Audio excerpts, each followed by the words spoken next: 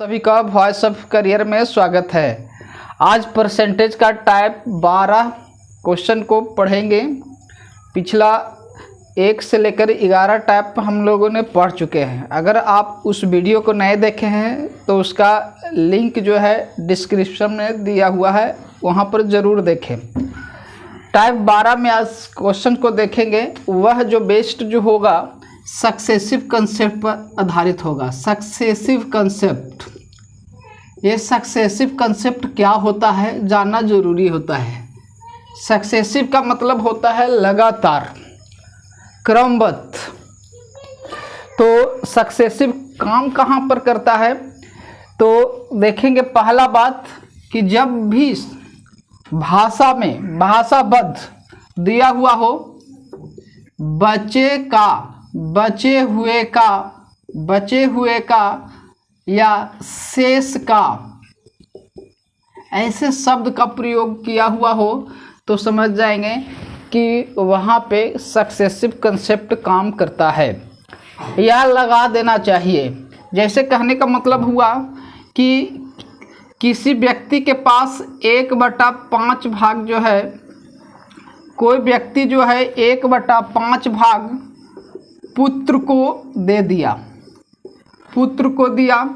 फिर कहता है कि शेष का 1/3 भाग पुत्री को दिया। फिर कहता है कि शेष का, बचे हुए का या शेष का 2/3 भाग पत्नी को दिया। तो अब उसके पास 100 रुपया धन बचा है। तो व्यक्ति के पास कितना धन था। ऐसे तमाम भाषा का प्रयोग होता है तो समझेंगे कि वहाँ पे हम सक्सेसिव कंसेप्ट लगाना चाहिए। हमें सक्सेसिव कंसेप्ट पर वो बेस्ड होगा। ये तो हो गया बचे हुए का, शेष का होता है। दूसरा जगह पे कहाँ पर काम करेगा, ये परसेंटेज में भी हो सकता है, आपको नंबर सिस्टम में भी काम कर सकता है। बचे हुए के बाद दूसरा जो हो सकता है कहाँ पर प्रयोग हो, जैसे प्रॉफिट एंड लॉस चैप्टर को हम पढ़ाएंगे तो वहाँ पर इस तरह का क्वेश्चन देखने को मिलेगा कि ए जो है बी को X% प्रॉफिट पर X% प्रॉफिट कहे या लॉस पर बी को बेच दिया। फिर बी जो है सी को Y% प्रॉफिट या लॉस पर बेच दिया। फिर सी जो है डी को बेच दिया है, कितना Z% प्रॉफिट या लॉस लेकर बेच दिया है। तो बताना है ये डी का क्रयमूल्य दिया हुआ रहेगा तो ए का क्रयमूल्य निकाल लेना होगा। अगर ए का क्रयमूल्य दिया हुआ रहेगा तो डी का क्रयमूल्य निकाल देना होगा। तो यहाँ पर हम सक्सेसिव कंसेप्ट लगा लेते हैं। और कहाँ पर लगाते हैं, जब लगातार डिस्काउंट दिया हुआ हो,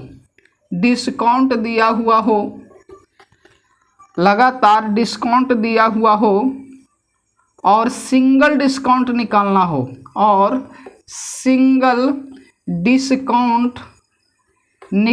हो, तो सक्सेसिव कंसेप्ट लगता है। तो इन जगहों पर सक्सेसिव कंसेप्ट लागू करना चाहिए। तो हमने जाना कि सक्सेसिव कंसेप्ट कहाँ पे काम करता है, कहाँ पर लगा देना चाहिए। ये तो जान चुके हैं कि किन परिस्थितियों में लगता है। अब जानेंगे कि लगाना कैसे होता है। देखते हैं, तब क्वेश्चन को देखेंगे। जैसे कि 20% हो गया, 20% कोई छूट दिया, 20% छूट दिया, इसका मतलब 1/5 होता है। इसका मतलब होता है कि 5 रुपया जो है किसी वस्तु का दाम है, उसमें से 1 रुपया है जो छूट दे दिया है। 1 रुपया छूट दिया तो कितना में बिकेगा वह? 4 रुपया में बिकेगा। फिर 10% अगर छूट देता है उसके बाद, तो 10% का मतलब होता है 1/10। इसका मतलब 10 रुपया दाम था, 1 रुपया छूट दे दिया तो कितना हो जाएगा? 9 रुपया में बेचेगा। तो इसका सिंगल डिस्काउंट निकालना होता तो कैसे करता है?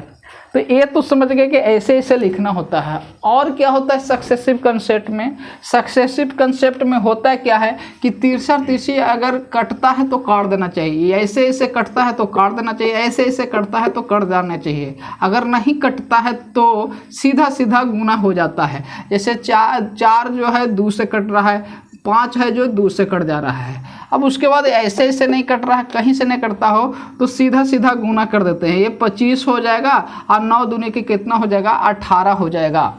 ये 25 हो गया, 18 हो गया। इसका मतलब है किसी वस्तु का दाम 25 रुपया है, बिक रहा है कितना में? 18 रुपया में बिक रहा है। कोई दाम है 25 रुपया में लेकिन 18 रुपया में बिक रहा है। इसका मतलब कितना रुपया छूट मिला?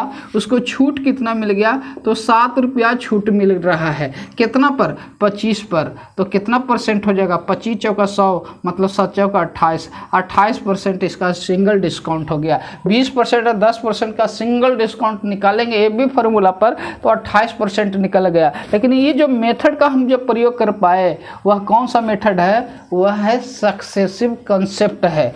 और देखते हैं, जैसे 12.5% का छूट दिया गया, 10% का छूट मिला, 11.1/9% का छूट मिल गया, फिर 37.5% का छूट मिला है। तो इसको सिंगल डिस्काउंट निकालना है, सिंगल डिस्काउंट फाइंड आउट करना है। तो कैसे काम करेगा देखते हैं। 12.5% का मीनिंग 1/8 होता है। 8 है लेकिन 1 रुपया छूट मिला तो बिकेगा कितना में? 7 रुपया में। 10% का मतलब 1/10 होता है, यानी कि 10 रुपया है, 1 रुपया छूट दे दिया गया तो 9 रुपया में बिकेगा। 11.1/9 का मतलब होता है 1/9, 9 रुपया में 1 रुपया छूट मिल गया तो बिकेगा कितना? 8 रुपया में। 37.5% का मतलब 3/8 होता है। 8 में से 8 रुपया सामान का दाम है, 3 रुपया जो है डिस्काउंट छूट दिया तो कितना में बिकेगा? तो 5 रुपया में बिकेगा। बस उसके बाद क्या करना है?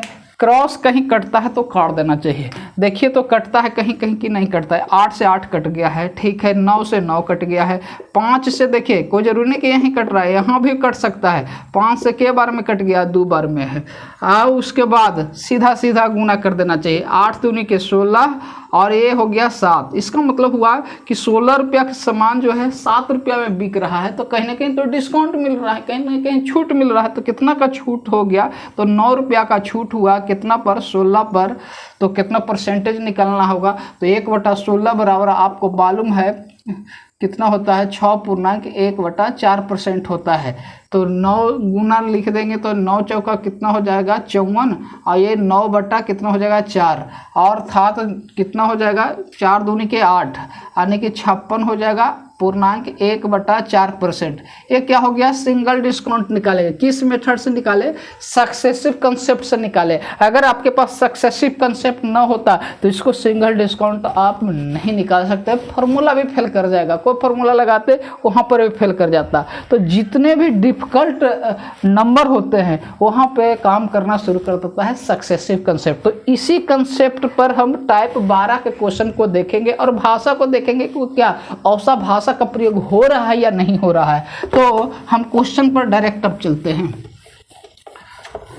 तो उम्मीद करते होंगे सक्सेसिव कंसेप्ट समझ गए होंगे कि कहाँ पर लागू होता है और किस प्रकार से काम करता है। और क्वेश्चन पर जब बनाएंगे तो ज़्यादा विशेष रूप से पता चलेगा। कह रहा है पहला क्वेश्चन कि एक व्यक्ति अपने आय का 25% घर के किराए पर खर्च करता है। देखिए किराए पर खर्च किया, रेंट पर खर्च कर रहा है 25%। 25% का मीनिंग होता है 1/4 हो गया। इसका मतलब 4 रुपया जो है उसका इनकम है, 4 रुपया उस व्यक्ति का इनकम है और 1 रुपया जो है किराया दे दिया तो बच गया उसके पास कितना? 3 रुपया बच रहा है। उसके बाद देखिएगा भाषा में लिखा गया है कि बचे हुए भाग का, देखिए बचा हुआ भाग आया तभी हम सक्सेसिव कंसेप्ट लगा रहे हैं। अगर बचा हुआ या शेष जैसा शब्द ना होता तो हम सक्सेसिव नहीं लगा पाते हैं। ये वेरी वेरी इंपॉर्टेंट है, नोट करने वाला, रिमार्केबल ये शब्द है कि जब तक किसी के साथ शेष या बचा हुआ का नहीं जुड़ा हुआ होगा वहाँ पर सक्सेसिव कंसेप्ट बिल्कुल नहीं लागू होता है। तो यहाँ शेष का फिर कह रहा है बचा हुआ भाग का 20% जो है वह भोजन पर खर्च कर दिया है। भोजन पर खर्च कर रहा है 20%। 20% का मीनिंग हो गया 1/5, मतलब 5 रुपया उसका इनकम है जिसमें 1 रुपया भोजन पर खर्च कर देता है, अर्थात बच गया कितना उसके पास, 4 रुपया बच गया है। अब क्या कहता है कि बचा हुआ भाग का 15% जो है खर्च कर देता है, यात्रा पर खर्च करता है। बचा हुआ का यात्रा पर खर्च कर रहा है 15%। 15% का मीनिंग जो होता है 3/20 होता है। 5% का मीनिंग 1/20, तो 15% का मीनिंग 3/20। इसका मतलब 20 रुपया उसका इनकम है तो 3 रुपया जो है यात्रा पर दे देता है, ट्रैवलिंग पर खर्च कर देता है, तो बचेगा उसके पास कितना, 17 रुपया। अब बस अब कहता है अंत में उसके पास 3060 रुपया बचता है। बचत ये हो गया, आय है, आय बचत है, यहाँ पर आय आएगा, यहाँ पे बचत आएगा। अब देखिए क्रॉस कहीं कटता है तो काट देना चाहिए। देखिए 4 से 4 कट गया, यही इसकी खासियत है। सक्सेसिव का खासियत यही है कि कैलकुलेशन को बहुत कम कर देता है ये। अब देखिए 20 कितना हो जाएगा, 100 हो जाएगा। 17 तिया कितना हो गया, 51 हो गया। 51 रुपया बचत है और 100 रुपया क्या है, इनकम है। अगर खर्च निकालने लगे रहता तो 100 में से 51 घटाते तो 49 आ जाता। तो जैसा प्रश्न दिया रहेगा वैसे काम करेंगे। देख बात करते हैं। अंततः कहता है 3060 रुपया बचाता है, यही बचाता है। रेशियो में 51 बचाता है और रियल में 3060 रुपया बचाता है। इसकी तुलना इसके से क्यों, क्योंकि रियल है ये है, अनुपात में है, तो अनुपात को लेफ्ट साइड में लिखते हैं और रियल को राइट साइड में लिखते हैं। या इसको हम ऐसे भी दर्शा सकते हैं, यानी 51 बराबर इतना है तो 1 बराबर कितना होगा, तो देख सकते हैं 6 बार में शायद कट रहा है, मतलब 0 को छोड़ के, और टोटल जो है 60 बार में कटेगा। तो रेशियो में 60 में यहाँ से गुना हुआ है तो यहाँ से भी 60 से गुना हो जाएगा, अर्थात कितना हो जाएगा, 6000 इस प्रश्न का उत्तर हो जाएगा। आगे क्वेश्चन देखते हैं। पहला क्वेश्चन था, दूसरा क्वेश्चन देखकर बात करते हैं। कहता है दूसरा क्वेश्चन कि एक व्यक्ति अपने आय का 12.5% भोजन पर खर्च करता है। 12.5% भोजन पर खर्च करता है, मतलब 1/8, 8 रुपया कमाता है और 1 रुपया भोजन पर खर्च करता है, तो बचाएगा कितना, 7 रुपया बचाता है। अब आगे जो है कहता है बचा हुआ भाग पर, पुनः फिर आ गया बचे हुए भाग पर। यही सक्सेसिव कंसेप्ट की क्या होता है, लागू करना चाहिए कि बचा हुए भाग पर कह रहा है तो सक्सेसिव कंसेप्ट लगेगा। कैसे हम समझेंगे कि सक्सेसिव कंसेप्ट लगेगा कि नहीं लगेगा, तो जब तक बचे हुए का या शेष का जैसा शब्द का प्रयोग होगा तो बिल्कुल लग जाता है। तो 18.3/4% का मीनिंग आपको जानना चाहिए। ये अब ऐसे डाटा आ गया जिसके बारे में डायरेक्टली नहीं है लेकिन इनडायरेक्टली कहीं ना कहीं आता है। देखते हैं 6.1/4% का मतलब होता है 1/16 होता है, 1/16 होता है, लेकिन 6 18 हो गया, 1 गुने 3 करेंगे तो कितना, 3 हो जाएगा, अर्थात कितना हो जाएगा, 3/16 हो जाएगा। अब देखते हैं 16 रुपया इनकम हो गया, 3 रुपया खर्च हो जाएगा तो बच जाएगा कितना, 13 रुपया बच जाएगा, उसका बचत हो जाएगा।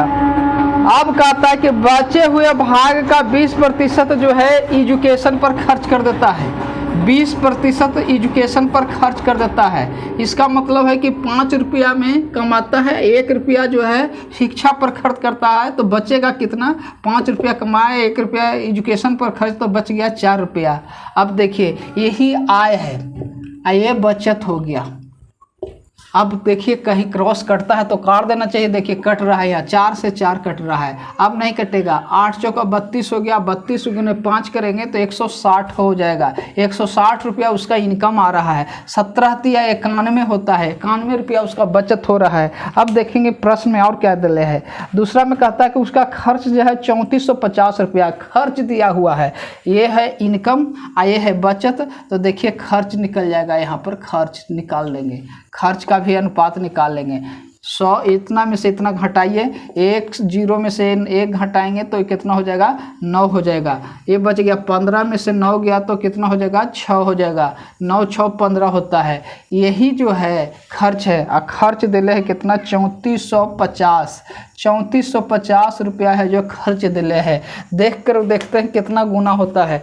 9 5 45 होता है और 4 बच गया है ना, कितना 5 बार में जा रहा है, यानी टोटल जो है 50 बार में चला जाएगा। 9 5 45 और 6 5 30 और 4 34 होगा। 50 बार में क्या हो रहा है, कट जा रहा है, यानी कि एक यूनिट का मान जो है 50 आ रहा है। अब क्या करता है कि उसका कुल आय क्या होगा। देखिए आय कह रहा है तो आय जो है यहाँ पर है 50 गुना ये भी हो जाएगा। अगर बचत निकालने के लिए रहता तो 91 गुना 50 कर लेते, लेकिन हमको आय ही ज्ञात करना है। तो 16 5 80 16 5 80 कहते हैं, 6 5 30 और 2 शून्य और, तो 3000 उस व्यक्ति का क्या हो जाएगा आय हो जाएगा।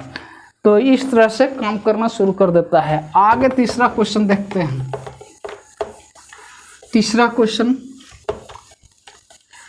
नंबर 3 क्या कहता है, थोड़ा सा 3 में जो है भाषा को समझने वाली बात है। कहता है एक व्यक्ति अपनी आय का 20% भोजन पर खर्च करता है। 20% का मतलब हो गया 1/5। 5 रुपया इनकम है उसका, 1 रुपया भोजन पर खर्च कर दिया तो बचत कितना करेगा, निश्चित रूप से कितना करेगा 4 रुपया हो जाएगा, 4 यूनिट हो जाएगा। अब कहता है बचे हुए भाग का 23% किराया पर, 23% किराया पर है। अब साथ साथ एक में देखिएगा किराए के बाद लिख ले 17% शिक्षा पर खर्च करता है। शेष का नहीं लिख ले है, 17% शिक्षा पर करता है। इसका मतलब 23% घर पर और इसका मतलब है और 17% शिक्षा पर। जब तक शेष का शेष न दिले रहता है तो सक्सेसिव काम नहीं करता है। यही नहीं कि 23% बटा 100 करेंगे, 100 रुपया इनकम है, 23 रुपया खर्च कर रहा है, ऐसा नहीं है। शेष शब्द का प्रयोग नहीं किया है, 17% खर्च करने के बाद फिर बोला है, इसीलिए यहाँ पर क्या हो जाएगा 17% और ऐड हो जाएगा और टोटल मिला के 40% हो गया। और 40% का मतलब होता है 2/5, अर्थात 5 रुपया उसका इनकम है और 2 रुपया उसका खर्च हो गया तो बच जाएगा कितना 3 हो जाएगा। इस भाषा को समझिएगा क्योंकि इसके बाद जो है शेष का प्रयोग नहीं है। 23% खर्च के बाद उसके बाद शेष या बचे हुए का शब्द का प्रयोग नहीं है। उसके बाद डायरेक्ट 17% है, 17% के बाद शेष का शेष लिखे हुए हैं। तो इसीलिए हमने इसको क्या कर दिया, जोड़ दिया। ये नोट करने वाली चीज़ है, ध्यान देने वाली चीज़ है, ना तो कन्फ्यूज कर जाएंगे। इसलिए हमने शुरू में ही बतलाया था कि जब तक शेष का शेष किसी का साथ जुड़ा हुआ न रहेगा सक्सेसिव काम नहीं कर पाता है। तो अब आगे देखते हैं। फिर कहता है कि बचा हुआ भाग का 10% यात्रा पर खर्च करता है। बचा हुआ भाग का 10% यात्रा पर खर्च करता है, मतलब 10 रुपया में 1 रुपया यात्रा पर खर्च कर दिया, बच गया कितना 9 हो गया। अब उसके बाद अब देखिए क्या कहता है कि उसके बाद अंततः कहता है 540 रुपया बचा लेता है, यानी कि बचत दिले है। तो पहले देखिए क्रॉस कहीं कटता है तो काट लेना चाहिए, ना करता है तो सीधा सीधा गुना होगा। देख लेते हैं, यह 4 है तो 2 से कट गया, ये कितना से 5 से कट जाएगा। 5 गुने 5 गुने 5 सीधा सीधा गुना हो जाता है, 125 हो गया। अब ये देखिए 9 तिया 27, 27 दूनी की कितना हो जाएगा 54 हो जाएगा। 125 यूनिट जो है उसका इनकम है, 54 यूनिट जो बचत है। और यहाँ पर दिले है बचत दिले है 540, तो बचत से तुलना हो जाएगा 540 कितना गुना 10 गुना, तो ये भी कितना गुना 10 गुना होगा, अर्थात 1250 रुपया क्या हो जाएगा उसकी कुल आय हो जाएगी। आगे देखकर क्वेश्चन देखकर बात करते हैं। क्वेश्चन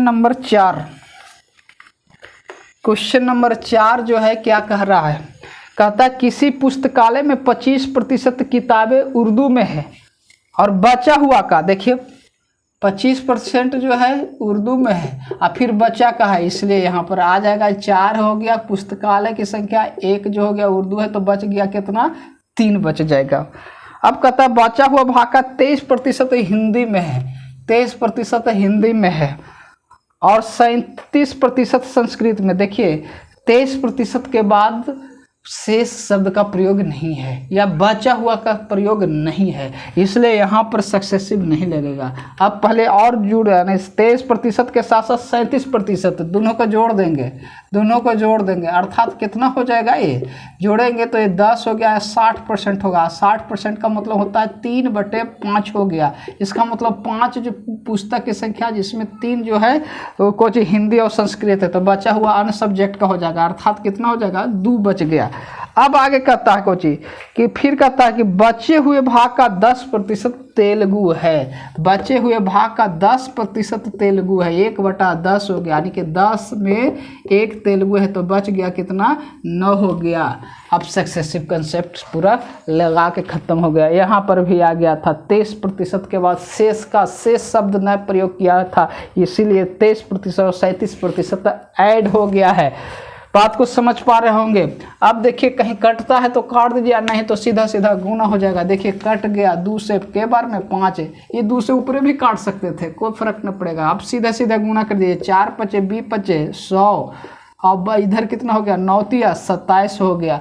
अब देखिए क्या कह रहा है, अब कह रहा है कि बचा हुआ 810 किताबें अंग्रेजी में है। बचा हुआ कितना, 810 अंग्रेजी में है, तो क्या गुना हो गया, 30 गुना हो रहा है, तो इधर टोटल कितना हो जाएगा, 3000 हो जाएगा।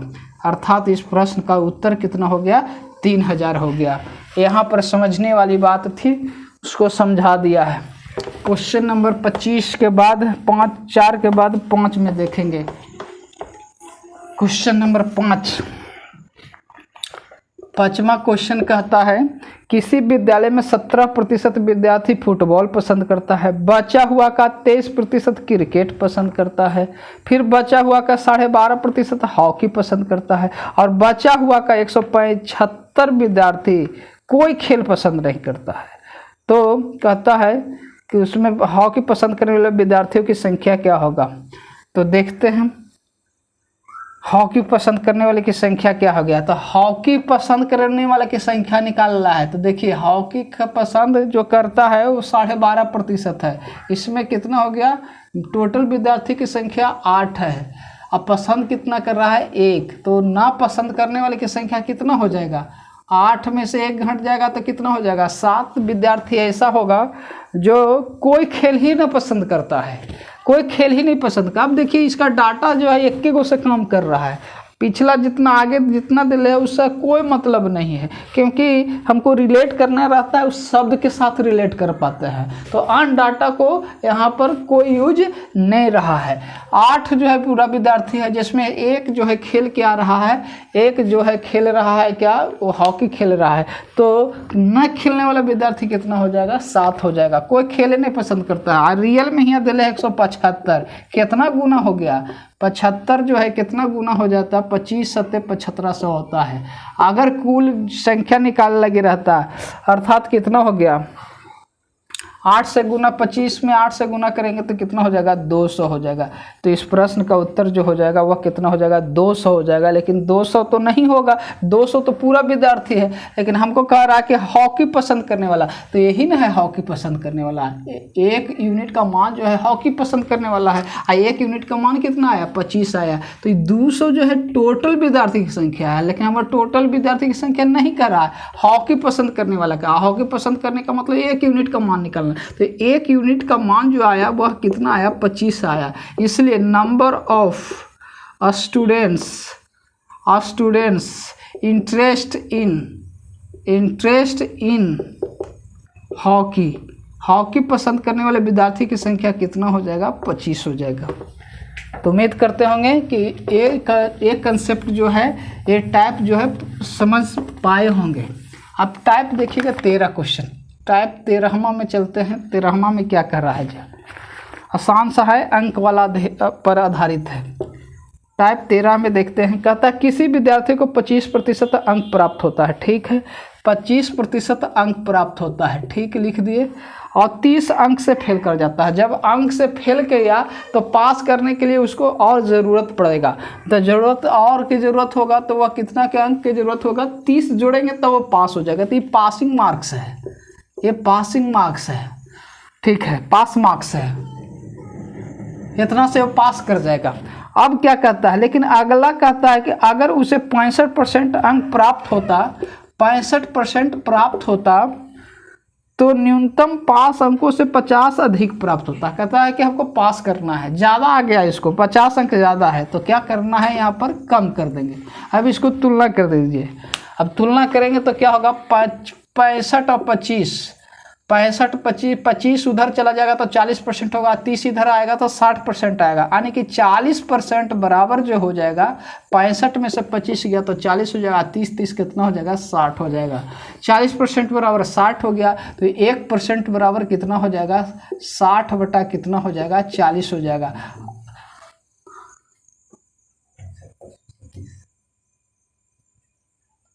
पच्चा 65 से 25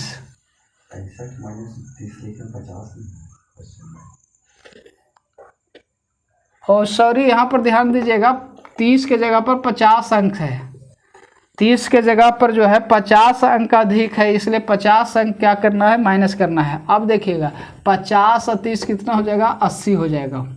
50 और 30 80 हो जाएगा तो 1% बराबर, तो ये डायरेक्ट कट रहा है, ये कितना बार में कट जाएगा, 40 दूनी के 80 हो जाएगा। 100% टोटल मार्क्स होता है, तो टोटल मार्क्स कितना हो जाएगा, 2 गुने 100 अर्थात कितना हो जाएगा, 200 मार्क्स आ गया।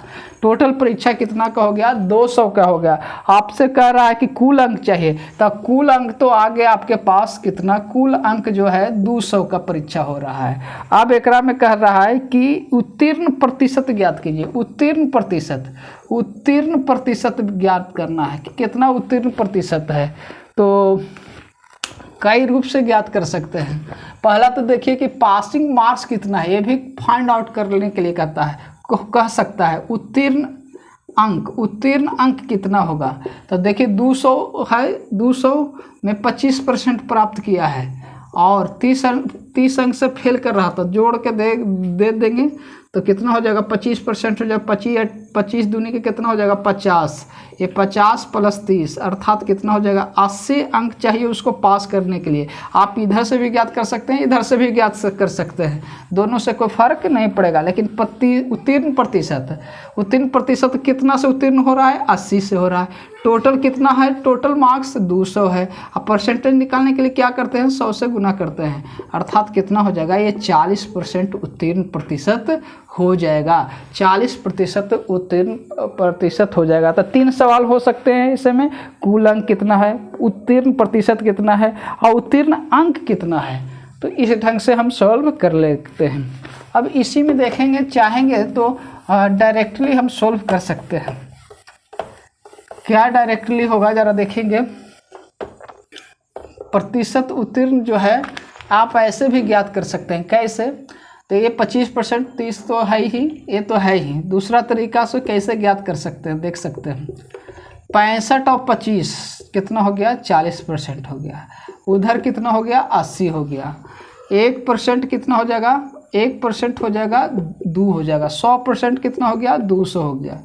ठीक है, तो कितना अंक से फेल कर रहा था, ऐसा भी ज्ञात कर सकता है। कितना अंक से फेल हो रहा है, तो 30 अंक से फेल हो रहा था, लेकिन कितना परसेंट अंक से फेल हो रहा था वो अगर निकाल देंगे, आप 25% को में जोड़ देंगे तो पासिंग मार्क्स निकल जाएगा। तो पासिंग मार्क्स जो होगा आप ऐसे भी निकाल सकते हैं। कैसे निकाल सकते हैं, 25% तो है ही, और कितना अंक से फेल किया था, 30 अंक से फेल किया था। टोटल कितना हो रहा था, 200। तो इससे ज्ञात कर देते हैं। तो एक 15% से फेल कर रहा था, 15% से फेल कर रहा था, 25% प्राप्त हुआ तो कितना हो जाएगा, 40% उसका उत्तीर्णांक परसेंटेज हो गया। तो ऐसे भी ज्ञात कर सकते हैं, या यहाँ पर भी कर सकते हैं कि यहाँ कितना परसेंट ज़्यादा ला रहा था, कितना परसेंट ज़्यादा ला रहा था। तो 50 अंक तो ज़्यादा ला रहा था, अब कितना ज़्यादा ला रहा था परसेंटेज ज्ञात करेंगे। तो 50 में कितना से 200 टोटल था, अब गुने 100 यहाँ पर भी कर सकते हैं, ये 25 हो जाएगा। तो 65 में 25 घटाएंगे तो ये कितना हो जाएगा, 40% हो गया। तो 40% इधर से भी आ रहा है, 40% इधर से, उत्तीर्णांक तो एक ही होगा, समान ही होगा। तो इस ढंग से ज्ञात कर सकते हैं। दूसरा तरीका ये था, अब पहला तरीका बताए ही थे पूरा। फिर देखते हैं दूसरा क्वेश्चन क्या कहता है इसका। कहता है किसी विद्यार्थी के 240 अंक प्राप्त होता है तो वह 5% से फेल हो जाता है। अच्छा, 240 अंक प्राप्त होता है, 5% से फेल कर जाता है, तो पास करने के लिए तो जोड़ना होगा। अब इधर देखिए बराबर कर दिए।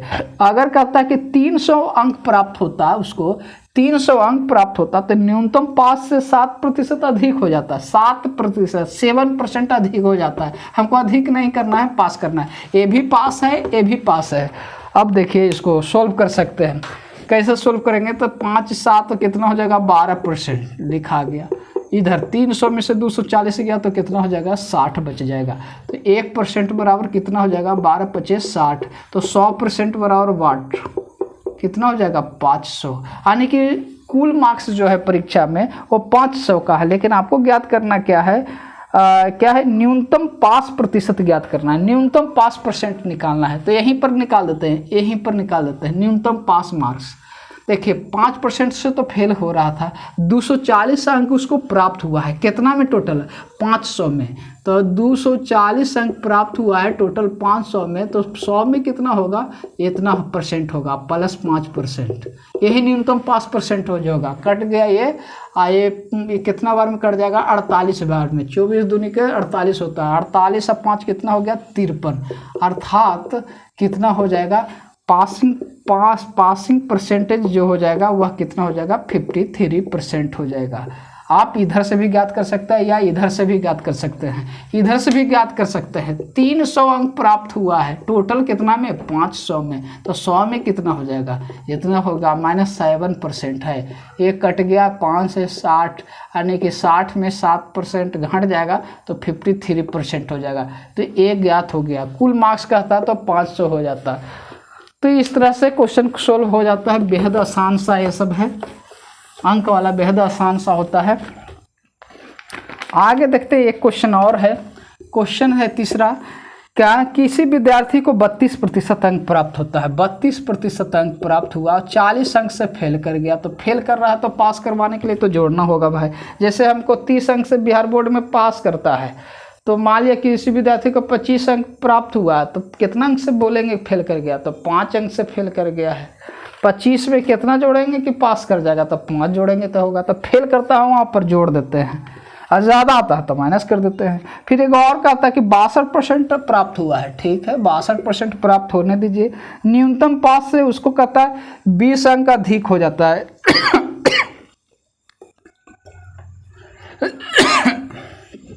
20 अंक अधिक हो जाता है। अंतर करिए, इसका अंतर हो जाएगा 30%, इसका 40 और 20 का अंतर हो जाएगा 20 हो जाएगा। 1% निकालेंगे तो 20/30 हो जाएगा। एक कट गया। 100% कितना हो जाएगा,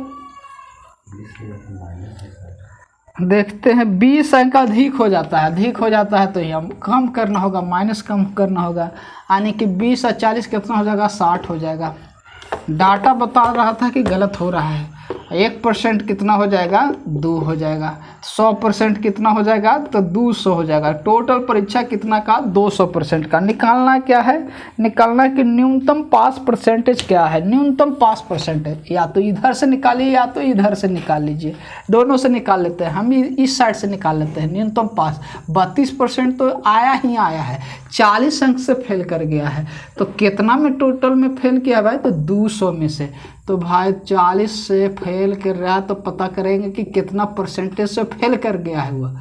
तो 100% से गुना कर देना होगा। तो ये 0 से 0 कट गया, 20 25 100 हो गया, 4 25 20 हो गया। 20 और 32, 20 और 32 को जोड़ दीजिएगा तो ये कितना हो जाएगा, 52% क्या हो जाएगा, वो उसका पासिंग, न्यूनतम पासिंग मार्क्स हो जाएगा। चाहेंगे तो आप इस साइड से भी निकाल सकते हैं, इधर से भी ज्ञात कर सकते हैं। 62% तो प्राप्त हुआ ही है, लेकिन न्यूनतम मार्क्स से ज़्यादा ले आया था 20%। तो कितना ज़्यादा ले आया है उसको % में ज्ञात करें। 20 अंक ज़्यादा था, कितना में, 200 में।